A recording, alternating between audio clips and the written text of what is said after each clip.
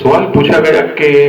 کیا انبیاء کرام علیہ السلام بعد از وصال اپنی قبور میں حیات ہیں؟ احادیث کی روشنی میں جواب دیجیے، جواب سماعت فرمائیے۔ اسلامی عقیدہ یہ ہے کہ انبیاء کرام علیہ السلام کو وعدہ الہیہ کے مطابق ایک آن موت آنی ہے، کل نفس ذائقۃ الموت۔ پھر اس کے بعد ان کی روح مبارک ان کے جسم اطہر میں ڈال دی جاتی ہے، پھر وہ اپنی قبور میں جو ہے جسم و جسمانیت کے ساتھ زندہ ہوتے ہیں۔ نبی پاک صلی اللہ تعالی علیہ وسلم کی احادیث، ابو داؤد شریف کتاب الصلاۃ حدیث نمبر 1034، نبی پاک علیہ السلام نے اپنے اصحاب سے فرمایا کہ اللہ تعالیٰ نے زمین پر حرام کر دیا کہ وہ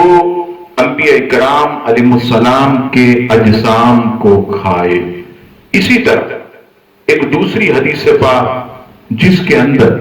نبی پاک علیہ السلام نے خود ارشاد فرمایا اور اسے صاحب دلائل الخیرات صفحہ نمبر 18 پر نقل کیا۔ ایک مرتبہ نبی پاک علیہ السلام سے پوچھا گیا،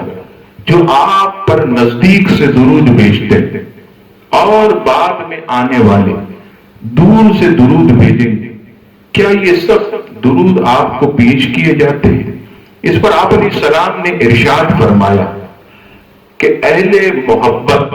بعد از وصال بھی جو مجھ پر درود بھیجیں گے ان کا درود میں خود اپنے کانوں سے سنتا ہوں۔ اس سے پتہ چلا کہ نبی پاک علیہ السلام بعد از وصال اپنی قبر انور میں زندہ۔ اسی طرح مسلم شریف کتاب الفضائل حدیث نمبر 6158، حضرت انس رضی اللہ تعالیٰ نے روایت کرتے نبی پاک علیہ السلام نے ارشاد فرمایا کہ میں موسیٰ علیہ السلام کی قبر سے گزرا، یعنی معراج کی رات، تو میں نے کیا دیکھا کہ حضرت موسیٰ علیہ السلام اپنی قبر میں کھڑے ہو کر نماز ادا کر رہے تھے۔ اس سے پتہ چلا کہ انبیاء کرام علیہ السلام بعد از وصال جو ہے وہ اپنی قبور میں زندہ ہے، اور اسی کو علماء اسلام خصوصاً امام سبکی شفاء السقام اس میں فرماتے ہیں کہ انبیاء کرام علیہ السلام کی زندگی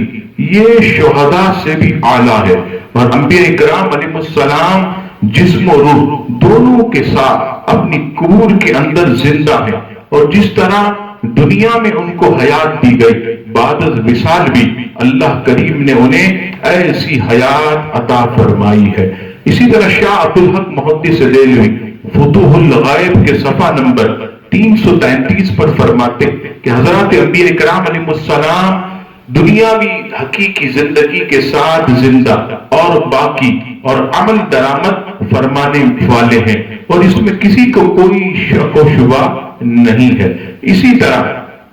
امام قسطلانی رحمت اللہ علیہ مواہب اللدنیہ